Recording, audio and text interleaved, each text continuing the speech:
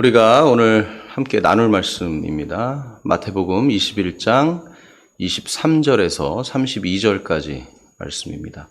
제가 공동번역 성서로 봉독해 드리겠습니다. 예수께서 성전에 들어가서 가르치고 계실 때에 대사제들과 백성의 원로들이 와서 당신은 무슨 권한으로 이런 일들을 합니까? 누가 이런 권한을 주었습니까? 하고 물었다. 나도 한 가지 물어보겠다. 너희가 대답하면 나도 무슨 권한으로 이 일을 하는지 말하겠다. 요한은 누구에게서 권한을 받아 세례를 베풀었느냐? 하늘이 준 것이냐? 사람이 준 것이냐? 하고 반문하시자 그들은 자기들끼리 그 권한을 하늘이 주었다고 하면 왜 그를 믿지 않았느냐 할 것이고 사람이 주었다고 하면 모두들 요한을 예언자로 여기고 있으니 군중이 가만히 있지 않을 테지 하고 의논한 끝에 모르겠습니다 하고 대답하였다. 예수께서는 나도 무슨 권한으로 이런 일을 하는지 말하지 않겠다 하고 말씀하셨다. 또 이런 것은 어떻게 생각하느냐?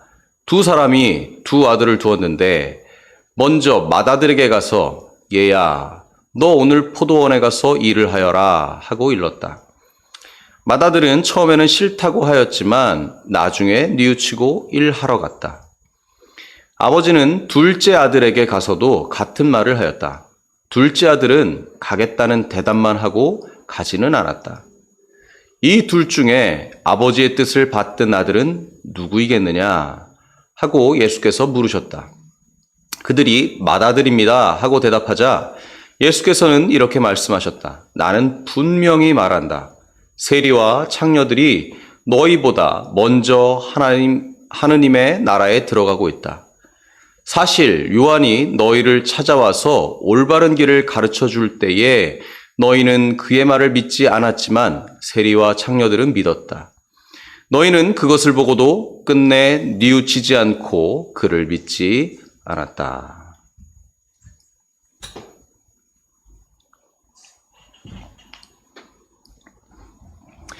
갓기도 크리스천이라고 하는 제목으로 여러분과 함께 말씀 나누겠습니다. 그 설교를 이렇게 쭉 준비하다가 10년 전에 있었던 그 개그 프로 코미디가 하나 생각이 났습니다. 오늘 설교와 잘 들어맞는 것 같아서 잠시 소개해 드리겠습니다. 오늘 설교 제목이 갓기도 크리스찬인데 그 코미디가 갓기도라고 하는 코너였습니다. 해석하기 아주 애매한 상황을 만들고 고개를 이렇게 막 돌리면서 이런 여러 가지 대사들을 했습니다. 이건 앉은 것도 아니고 선 것도 아니야. 이건 앉은 것도 아니고 선 것도 아니야.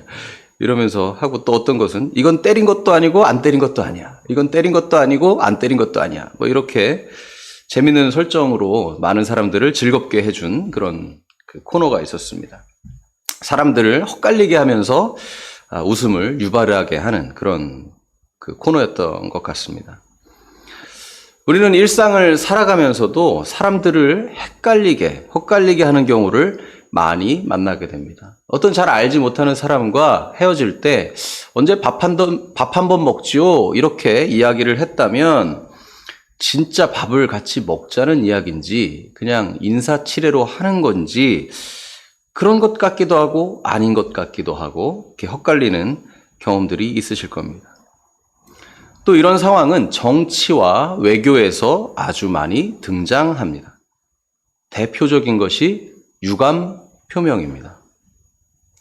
유감이라고 하는 말이 언젠가부터 뭔가 입장 정리는 해야 되겠고, 입장 표명은 해야 되겠고, 잘못을 인정하고 싶지 않을 때, 그럴 때 사용하기 시작했습니다.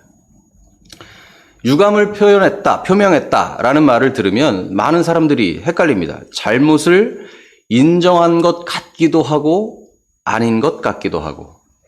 그래서 누군가 국립국어원에 유감이라고 하는 단어에 대해서 질의를 올렸습니다. 그랬더니 국립국어원은 이렇게 답합니다. 그대로 제가 읽어보겠습니다. 올라온 질문에 개별 단어가 갖는 고유의 의미를 넘어서 단어가 쓰이는 문장의 맥락이나 전제되어 있는 발화 상황, 대화 상황이죠. 발화 상황, 발화에 참여하는 청자, 듣는 사람과 화자, 말하는 사람의 심리적인 태도 등과 관련된 것으로 이러한 단어의 쓰임은 온라인 가나다에서 답변해 드릴 수 있는 범주를 넘어서는 것입니다. 이렇게 답을 했습니다. 국립국어원에서 유감이 무슨 뜻입니까? 그랬더니 그 답변하기 곤란합니다. 그렇게 이야기했습니다. 다시 말하면 말하는 사람에 따라서 또 상황에 따라서 또 듣는 사람에 따라서 그 의미가 달라질 수 있다. 이런 말이죠. 같기도 상황입니다. 잘못을 인정하며 사과를 한 것 같기도 하고 사과를 하지 않은 것 같기도 하고 그런 명확하지 않은 자신의 입장을 나타내는 상황입니다. 요즘 사람들은 나의 입장, 나의 속마음을 잘 드러내지 않으려고 하는 경향이 좀 있습니다. 자신의 말에 해석의 여지를 두고 뒤에 숨어 있기를 좋아하지요. 또 그것을 잘하는 사람을 아주 정치를 잘하는 사람, 똑똑한 사람, 그렇게 또 이해되기도 하는 것 같습니다. 그렇게 해야 활동의 폭이 넓어진다. 그렇게 생각하는 것이죠. 오늘 본문 중에도 이와 비슷한 상황이 등장합니다. 28절인데요. 예수께서 대제사장들과 백성의 원로들과 이렇게 대화하는 장면입니다. 예수께서 두 아들의 비유를 듭니다. 어떤 사람에게 두 자녀가 있었는데 이렇게 얘기하죠. 얘야, 너 오늘 포도원에 가서 일을 하여라. 이렇게 지시를 합니다. 두 자녀의 태도가 완전히 다릅니다. 첫 번째 자녀는 어떻게 합니까? 싫습니다. 이렇게 얘기를 해요. 하지만 나중에는 결국 뉘우치고 일을 하러 갑니다. 그리고 두 번째 자녀는 예, 가겠습니다, 아버지. 그렇게 얘기를 해요. 이 세 번역에는 이렇게 되어 있습니다. 그런데 실제로는 가지 않았습니다. 여러분, 이 두 자녀의 태도에 대해서 어떻게 생각하십니까? 첫째 자녀는 아주 솔직하죠. 아버지 지시에 대번에 가기 싫다고 그렇게 말합니다. 아버지에게 미움을 살 수도 있는 그런 태도입니다. 하지만 이내 마음을 돌이키고 포도원에 가서 열심히 일을 합니다. 그런데 둘째는 꾀가 있습니다. 가서 일하기 좋든지 싫든지 간에 일단 네, 가겠습니다, 아버지. 그렇게 얘기를 해요. 그리고 가지 않습니다. 나중에 아버지가 왜 가지 않았느냐 그렇게 물어보면 여러 핑계를 대고 가려고 했습니다. 그렇게 얘기를 할 수도 있겠죠. 또 가다가 사고가 났어요. 뭐 이런 핑계를 댈 수도 있습니다. 설령 거짓말을 했겠다라고 하는 의심이 들더라도 쉽게 둘째의 본심을 판단하기는 어렵습니다. 아주 약은 행동입니다. 같은 상황이죠. 아버지의 말을 들으려고 하는 것 같기도 하고 아닌 것 같기도 하고. 예수께서는 대제사장과 원로들에게 묻습니다. 아버지의 뜻을 받든 사람은 누구냐? 당연히 첫째지요. 그리고 이제 말씀하십니다. 세리와 몸 파는 여인이 너희보다 먼저 하나님 나라에 들어가고 있다. 대제사장과 원로의 입장에서는 아주 기분이 나빴을 것입니다. 유다의 종교 지도자들이고 하나님과 소통하면서 백성의 죄를 사죄한다라고 선포하는 그런 역할을 하는 사람들입니다. 그런데 당시 죄인이라고 여겨지던 세리와 창녀가 먼저 하나님 나라에 들어가고 있다고 이렇게 말하니까 말이죠. 예수께서는 말씀을 이어가십니다. 요한이 너희를 찾아와서 올바른 길을 가르쳐 줄 때에 너희는 그의 말을 믿지 않았다. 그러나 세리와 창녀들은 믿었다. 너희는 그것을 보고도 끝내 뉘우치지 않고 그를 믿지 않았다. 예수께서는 대제사장과 원로들, 다시 말하면 엘리트라고 말할 수 있는 그리고 기득권을 가지고 있는 그리고 권력을 행사하는 사람들을 향해 회개하지 않는구나 라고 질책하고 계시는 겁니다.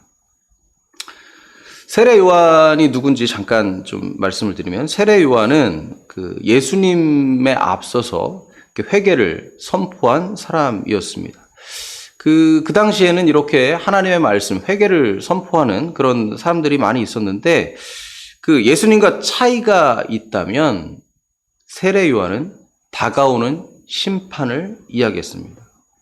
심판과 멸망이 다가오고 있으니 회개하라, 이렇게 유다 백성들을 향해 외쳤던 사람입니다. 세례 요한이 본 미래는 하나님의 심판이 있을 뿐입니다. 그래서 심판을 피하려면 회개하라, 그렇게 외쳤던 것이죠. 그런데 반면에 예수님의 회개 선포, 예수님도 공생에 시작할 때 회개하라, 하늘나라가 가까웠다, 이렇게 말씀을 하셨죠. 예수님이 선포한 회개, 하나님 나라, 이것은 구원에 관한 이야기입니다. 심판이 아닌 구원의 하나님 나라의 초대입니다. 세상의 헛된 권력이 지배하는 것이 아니라 하나님의 온전한 통치가 이루어지는 나라, 이 나라는 누구에게나 열려 있습니다. 내가 그 하나님 나라에 응답하고 그렇게 살면 됩니다. 당시 사람들의 지탄을 받고 죄인으로 여겨지던 세리와 몸 파는 여인은 요한의 회개 선포를 듣고 하나님께로 돌아옵니다. 심판을 받지 않기 위해서였겠죠. 하지만 기득권을 가진 사람들은 요한의 심판 경고를 무시합니다. 기득권층이 회개한다는 것은 자신이 가진 권력을 내려놓겠다라는 이야기와 다르지 않습니다.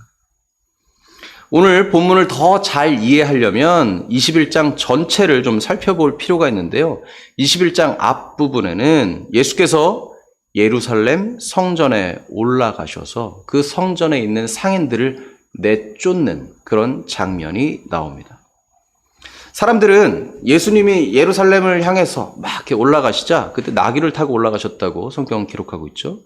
이 예수님께서 예루살렘에 입성을 하자 드디어 예수께서 권력을 장악하고 왕위에 오르시는가 보다, 로마의 압제에서 우리를 구원해내서 다윗의 왕국을 다시 한번 건설하시려는가 보다, 그렇게 생각을 했습니다. 근데 예수님의 행동은 그와 전혀 달랐죠. 예수님께서 성전에 가서 한 행동은 성전에서 돈을 바꾸어주고 비둘기를 파는 상인들의 상을 둘러 엎으셨습니다. 그리고 기도하는 집이다, 강도의 소굴을 왜 만들어 버렸느냐, 이렇게 비판하시죠. 성전이 상인들로부터 지저분해져서 사람들도 많이 오고 동물들도 있고 그래서 지저분해서 복잡해서 이런 말씀을 하셨을까요? 그렇지 않습니다. 예수님의 발언, 강도의 소굴, 여기에 주목해야 합니다. 예루살렘 성전으로 올라오는 순례객들은 성전에 제물을 바쳐야 했습니다. 그런데 이 제물을 먼 여행길로부터 가져올 수가 없지요. 그래서 성전 근처에서 이 예물을 구입해서 이 예물을 통해서 제사를 지냈습니다.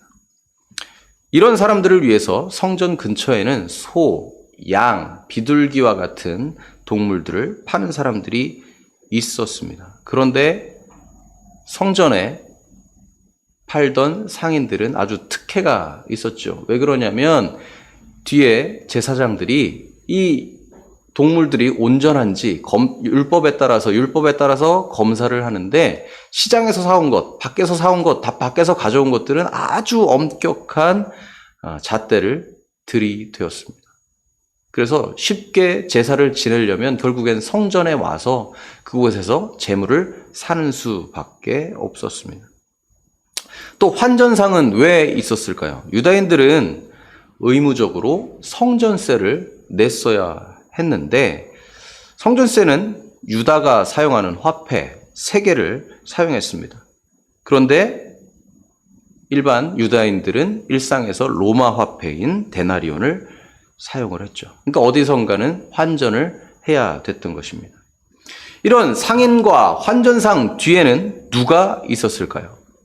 여기에는 어마어마한 이권을 누리는 대제사장들이 있었습니다. 자신의 죄를 용서받기 위해 성전으로 올라오는 사람들을 이용하여서 자신의 배를 채우는 그런 사람들이었죠. 그런 사람들을 향해 이 성전이 강도의 소굴이 되었다라고 소리치신 것입니다. 이로써 상인과 환전상 뒤에 숨어있던 대제사장을 비롯한 종교 권력자들이 세상에 드러납니다. 예수께서는 진짜 죄인은 세리와 몸 파는 여인이 아니라 회개하지 않는 노이 종교 권력자들이라고 말씀하시는 겁니다. 대제사장과 원로들이 예수께 찾아와 묻습니다. 당신은 무슨 권한으로 이런 일들을 하십니까? 누가 이런 권한을 주었습니까? 공동번역 성서는 이렇게 부드럽게 번역을 했습니다. 근데 실제 상황이었다고 한번 생각해 보십시오. 어떻게 얘기했겠습니까? 당신 뭐 하는 사람이야? 당신 뭔데 이렇게 떠들어? 이런 대화가 아니었겠습니까? 예수께서는 자신의 정체에 대해서 명확하게 말씀하시지 않습니다. 아마도 예수님께서 자신의 정체에 대해서 이야기하면 대번에 금방 신성모독죄로 끌려갔을지도 모릅니다. 결국 예수님이 십자가에 못 박힌 죄목도 이와 같은 것이었지만 말이죠. 예수님은 지혜를 내어서 이렇게 얘기하십니다. 세례 요한은 무슨 권한으로 세례를 베풀었느냐? 이렇게 답변을 피해 가십니다. 세례 요한이 세례를 베푼 권한이 하늘에서 주었다고 하면 왜 그를 믿지 않았냐고 할 것이고, 세례의 권한을 사람이 주었다고 하면 군중들이 가만히 있지 않을 것입니다. 그래서 대제사장들과 원로들은 모르겠다, 그렇게 말을 하고 맙니다. 성경 속에서 예수님은 나의 정체가 무엇이다 라고 말하지는 않습니다. 예수님이 잡히시고 재판 과정에서 대사제가 이렇게 묻습니다. 그대가 과연 하나님의 아들 그리스도인가? 이렇게 묻습니다. 근데 예수님은 거기에 답변을 명확하게 하지 않으십니다. 그때도 예수님은 당신이 말하였다, 이렇게 말할 뿐이었습니다. 성경을 찾아보면 예수님이 자신을 어떻게 생각하고 있는지 이렇게 간접적으로 알 수 있는 내용들이 있습니다. 예수님은 구약성서에서 예언된 내용들이 자신을 통해서 이루어지고 있다라는 것을 알고 있습니다. 그리고 예수님의 말씀 선포에는 토라, 옛 구약의 어떤 율법, 그리고 또 꿈을 꾼 환상, 이런 근거를 대어서 내가 꿈을 꾸었는데 무엇이 보여서 너에게 이렇게 말한다, 이런 근거가 없습니다. 예수님은 자신의 그 말 자체가 하나님 말씀이다라고 선포합니다. 마태복음 11장 2절부터 5절을 보면 이런 내용이 있어요. 세례 요한의 제자들이 예수께 찾아와 묻습니다. 오시기로 되어 있는 분이 바로 선생님이십니까? 이렇게 묻습니다. 예수께서는 이사야 61장 1절의 말씀을 인용하면서 대답하시죠. 소경이 보고 절름발이가 제대로 거두르며 나병 환자가 깨끗해지고 기머거리가 들으며 죽은 사람이 살아나고 가난한 사람에게 복음이 전하여진다라고 전해라. 나에게 의심을 품지 않는 사람은 행복하다, 이렇게 말씀하시죠. 예수님은 구원자로, 메시아로, 그리스도로 이 땅에 태어났음을 인식하고 계셨습니다. 예수님의 온전히 하나님 나라를 위해 사셨습니다. 하나님의 회개를 선포하고 하나님 나라가 다가오고 있다는 것을 말씀하셨습니다. 그리고 소외된 사람을 만나고 병자를 고치며 사람들을 자유하게 하셨습니다. 그리고 사람들을 속박하고 굴레를 씌우는 권력의 실체를 드러내면서 결국엔 십자가의 길을 걸어가셨습니다. 예수님의 자기 이해와 자신의 삶이 완벽하게 일치하였습니다. 우리 감리교에는 존 웨슬리라고 우리 창시자이시죠? 목사님이 계십니다. 그 웨슬리 목사님이 여러 설교들을 많이 하셨는데요. 뭐 신학서적을 쓰진 않으셨습니다. 그의 설교를 통해서 웨슬리의 신학이 어떻다 이렇게 파악을 하는데 그 많은 설교 중에 이런 설교가 있습니다. 이런 제목인데요. The Almost Christian이라는 제목의 설교입니다. Almost Christian은 그 경건의 모양은 있는데 그래서 성경이 하지 말라고 하는 것, 뭐 율법이 하지 말라고 하는 것 이런 것들을 잘 지킵니다. 그리고 모든 종류의 선을 잘 베풉니다. 또 예배도 열심히 드리고 기도도 열심히 합니다. 그리고 또 그것을 아주 진실성 있게 합니다. 근데 웨슬리 목사님은 이런 almost 크리스찬은 뭔가 부족하다 이렇게 얘기를 하세요. 그리고 그 내용 중에 altogether Christian이라고 하는 말을 합니다. 뭐냐면 온전한 그리스도인이라고 하는 것이죠. 웨슬리 목사님은 온전히 그리스도인이 되려면 경건의 모양만이 있어서는 안 된다. 모양뿐만 아니라 그 안에 하나님의 사랑, 이웃 사랑으로 가득 채운 믿음이 필요하다. 그렇게 말씀하십니다. 율법을 지키는 것이 아니라 율법이 가리키고 있는 그 안에 담겨진 사랑을 드러내야 한다라고 말씀하시는 거죠. 율법을 지키고 형식을 갖추는 이것은 중요하지만 그 안에 하나님의 사랑이 담겨 있지 않으면 안 된다라는 것입니다. 마태복음 24장 12절을 보면 예수께서 이런 말씀을 하십니다. 많은 거짓 선지자가 일어나 사람들을 미혹할 때가 있다. 이런 말씀을 하시는데 그 현상에 대해서 이렇게 얘기하세요. 사람들의 사랑이 식어간다. 자신이 세상을 구원할 선지자라고 떠드는 수많은 사람들이 있는데 결국엔 그 사람들은 세상을 사랑 없는 세상으로 만들고 맙니다. 사람들을 자유하게 하고 죽음에서 생명으로 이끄는 구원의 길이 아니라 사람들을 속박하고 증오하게 하고 차별하고 혐오로 가득하게 하는 세상으로 만들고 있는 것이죠. 아무리 예배 잘 드리고 기도 많이 하고 선을 베풀어도 사랑이 빠지면 almost 크리스찬일 뿐입니다. 여러분, almost 크리스찬을 뭐라고 번역하겠습니까? almost가 그 거의라고 하는 그런 영어 뜻을 가진 영어죠. 거의 그리스도인 같은데 뭐 이런 정도일까요? 설교를 시작하면서 코미디 프로그램 말씀드렸죠. 갓기도, almost를 갓기도라고 번역하면 어떨까요? 예수 그리스도를 따르는 사람 같기도 하고 아닌 것 같기도 하고 수많은 사람들이 거리에서 회개를 말하고 구원을 설교합니다. 우리가 살펴야 할 것은 진정으로 사랑이 담겨 있는가 하는 것입니다.